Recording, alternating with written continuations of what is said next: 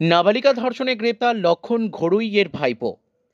দল অন্যায়ের বিরুদ্ধে লড়বে, কিন্তু নিজের ঘরেই কার্যত অন্যায়ের পাহাড়। এই চিত্রটাই যেন এখন দুর্গাপুর পশ্চিমের বিজেপি বিধায়ক লক্ষণ ঘড়ুইয়ের বাস্তব প্রতিচ্ছবি। তারই ভাইপো সহদেব ঘড়ুই ধর্ষণের অভিযোগে অবশেষে ধরা পড়ল পুলিশের জালে। ঘটনাটি 2020 সালের। কাকসার আমলাজোড়ার বাসিন্দা সহদেব ঘড়ুই, যিনি নিজেকে বিজেপি নেতা বলতে গর্ববোধ করতেন। অভিযোগ, দলেরই এক কর্মীর নাবালিকা মেয়েকে ভয় দেখিয়ে ধর্ষণ করেছিল। শুধু তাই নয়, সেই নৃশংসতার ভিডিও মোবাইলে তুলে সমাজ মাধ্যমে ছড়িয়ে দেওয়ার হুমকি দিয়ে নাবালিকার ওপর বারবার অত্যাচারও চালিয়েছেন। কাকসা থানায় অভিযোগ দায়ের হতেই এলাকা ছেড়ে গা ঢাকা দেয় সহদেব। পুলিশ বারবার তল্লাশি চালিয়েও তাকে ধরতে পারেনি। আদালতের নির্দেশ বারবার তার বাড়িতে পৌঁছেছে, কিন্তু কোনো উত্তর মেলেনি। রাজনীতি আর প্রভাবের ছায়ায় সে লুকিয়ে থেকেছে বছরের পর বছর। শেষমেশ দুদিন আগে রাজবাঁধে এক আত্মীয়ের বাড়িতে গা ঢাকা দিয়ে থাকা অবস্থায় স্থানীয়রা চিনে ফেলে সহদেবকে। মঙ্গলবার সকালে প্রাতঃভ্রমণে বেরোলেই তার বদরাগী হাঁটাচলা কার্যত শেষ হয়। কাকসা থানার পুলিশ তাকে পাকড়াও করে বুধবার দুর্গাপুর মহকুমা আদালতে পেশ করে। একজন বিধায়কের ঘর থেকে যখন এমন লজ্জাজনক অপরাধের গন্ধ বেরোয়, তখন সাধারণ মানুষ আর কাকে ভরসা করবে? প্রশ্ন উঠছে, নীতি নৈতিকতা শেখানো বিজেপির নেতাদের আত্মীয়রা যদি ধর্ষণের অভিযুক্ত হন, তবে জনগণ কোথায় যাবে? লক্ষণ ঘড়ুই হয়তো ভোটের মঞ্চে সংস্কার আর সংযমের বুলি আওড়ান, কিন্তু তার ঘরের খবর শুনলে মনে হয় সেই বুলি এখন কেবল ঠোঁটের মিষ্টি আওয়াজ। কাজের মধ্যে তার লেশ মাত্র নেই। এই ঘটনার পর দুর্গাপুরের রাজনীতি তোলপাড়, কিন্তু প্রশ্ন থেকেই যায়, শুধুই সহদেবকে ধরা হলেই কি দায় মিটে যায়, নাকি এই নোংরামির পেছনের রাজনৈতিক ছত্রছায়াকেও খুঁজবে পুলিশ? হ্যাঁ, ওয়েস্টবেঙ্গল পুলিশ তাকে অবশেষে গ্রেপ্তার করতে সমর্থ হয়েছে। কারণ ও তো লুকিয়ে ছিল ত্রিপুরাতে, সেখান থেকে খবর পাওয়া যাচ্ছিল। তারপর পুলিশ তোকে অ্যারেস্ট করেছে আর আজকে কোর্টে প্রডিউস করছে।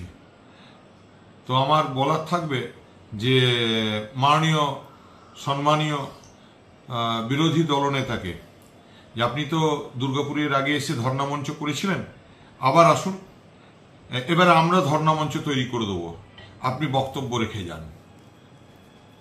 নাবালিকা ধর্ষণের বিরুদ্ধে আপনার বিজেপি বিধায়কের প্রাণের ভাইপোর বিরুদ্ধে, আপনি তো ভাইপো ভাইপো করেন, আসুন এবার সেই ভাইপো ধরা পড়েছে ধর্ষণের কেসে, আসুন ধর্ণামঞ্চে, আমরা ধর্ণামঞ্চ করব, আপনারা এসে বক্তব্য রাখবেন, দেখি।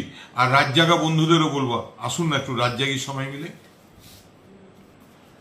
দেখুন, লক্ষণবাবুকে আমি লজ্জা দিতে চাইব না, যে ছবি ভাইরাল হয়েছে সেই নিয়ে, সেটা এত দুর্গাপুরে সবাই দেখেছে। আর তারই ভাইপো ধরা পড়েছে ধর্ষণ কেসে। তো কাকা ভাইপোর যে এই দুর্গাপুরের মানুষের কাছে বিধায়ক হিসেবে তাদের যে এই প্রতিদান, এটা দুর্গাপুরের মানুষই বিচার করবেন। আমার কি বলার আছে? আমি প্রথম দিনই বলেছিলাম, আজকে 4.5 বছর আগে, যদি অন্যায় করে থাকে তো শাস্তি পেতে হবে। পুলিশ পুলিশের কাজ করবে, কোর্ট কোর্টের কাজ করবে, আমার বলার কিছু নেই এখানে। আজ প্রায় 20 বছর আমরা আলাদা থাকি,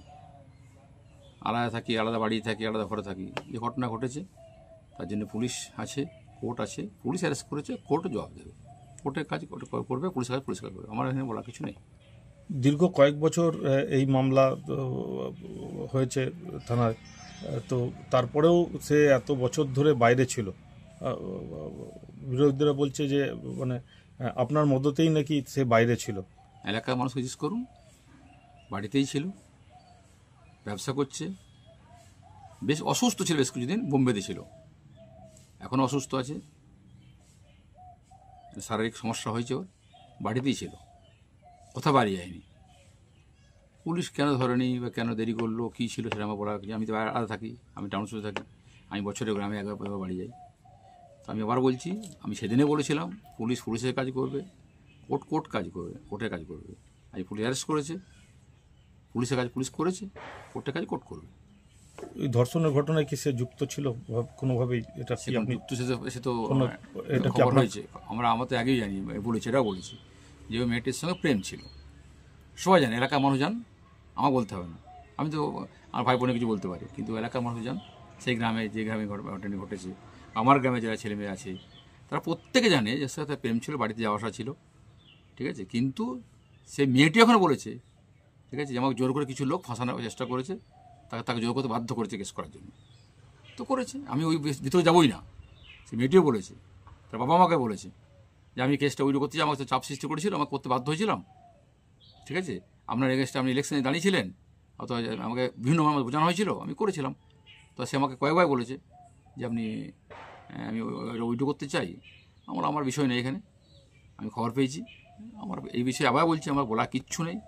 পুলিশ অ্যারেস্ট করেছে, কোর্টের কাজ করবে, আমার এখানে কোনো বিষয় নেই।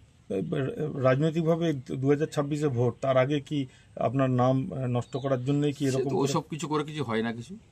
আমি আমার কাজ করছি, ও কাজ করবে, বিষয় আছে আলাদা। সেই সময়তেও তো যে ঘটনায় ভোটের সময় হয়েছিল, কী হয়েছে মানুষ জানে, লক্ষণ ঘড়ি কী আর বাকি কে আছে না আছে। তো এইটা তার বিষয়, সে আছে, সে যদি অন্যায় করতে সে ভোগ করবে। পুলিশ অ্যারেস্ট করেছে, কোর্ট বিচার করবে। আমার এখানে কিচ্ছু বলার নেই, আমি আগে বলেছি, আজও বলছি।